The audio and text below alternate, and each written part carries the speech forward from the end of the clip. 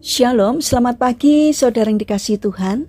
Kiranya damai, sejahtera, dan sukacita dari Tuhan Yesus Kristus senantiasa menyertai saudara sekalian. Sebelum kita mendengarkan firman Tuhan dan renungan, mari kita berdoa. Tuhan Allah Bapa yang baik, kami sungguh bersyukur atas kebaikan dan kemurahan-Mu. Karena Engkau selalu melindungi kami dalam beristirahat sepanjang malam, sehingga kami dapat bangun dalam kondisi yang baik dan sehat.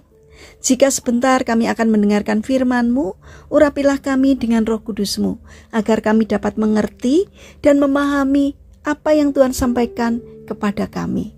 Terima kasih Tuhan, di dalam nama Tuhan Yesus Kristus kami berdoa. Amin.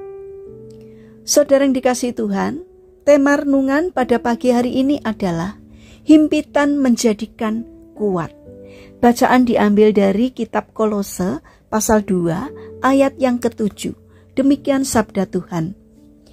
Hendaklah kamu berakar di dalam Dia dan dibangun di atas Dia.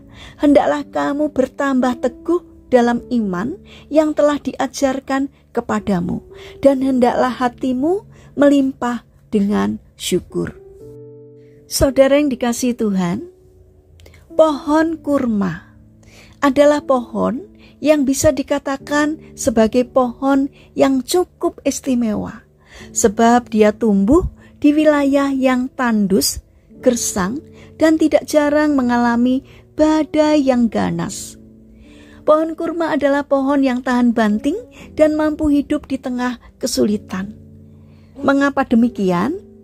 Karena pohon kurma memiliki akar yang kuat yang sanggup menopang batang pohon dengan sangat kokoh. Pada masa pertumbuhannya, akar pohon kurma akan menembus ke bawah mencari sumber mata air untuk bertahan hidup.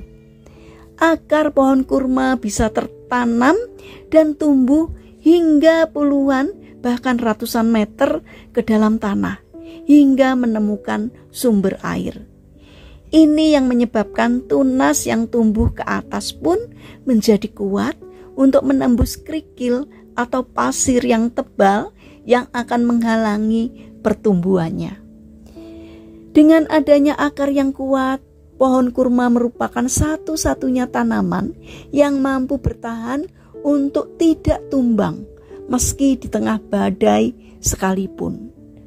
Selain memiliki akar yang kuat, pohon kurma juga memiliki buah yang sangat manis yang mengandung banyak zat yang berguna bagi tubuh. Saudara yang terkasih, mungkin saat ini kita sedang berada dalam situasi yang tidak menyenangkan dan dihimpit oleh sesuatu hal yang membuat kita sulit untuk bertumbuh. Agar terlepas dari himpitan itu, kita harus terlebih dahulu menjadi kuat. Untuk menjadi kuat, kita harus mencari sumber yang dapat menjadikan kita kuat. Seperti halnya pohon kurma yang akarnya akan masuk ke dalam tanah yang sangat dalam untuk mencari sumber air yang menjadikannya kuat. Demikian halnya dengan kita.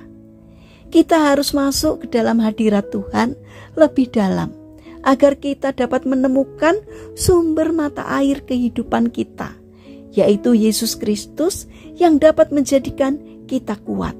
Sehingga pada akhirnya kita mampu menerobos batu permasalahan yang sedang mengintip kita saat ini. Permasalahan bukanlah rintangan bagi pertumbuhan rohani kita. Sebaliknya dapat menjadi alat untuk memacu pertumbuhan kerohanian kita.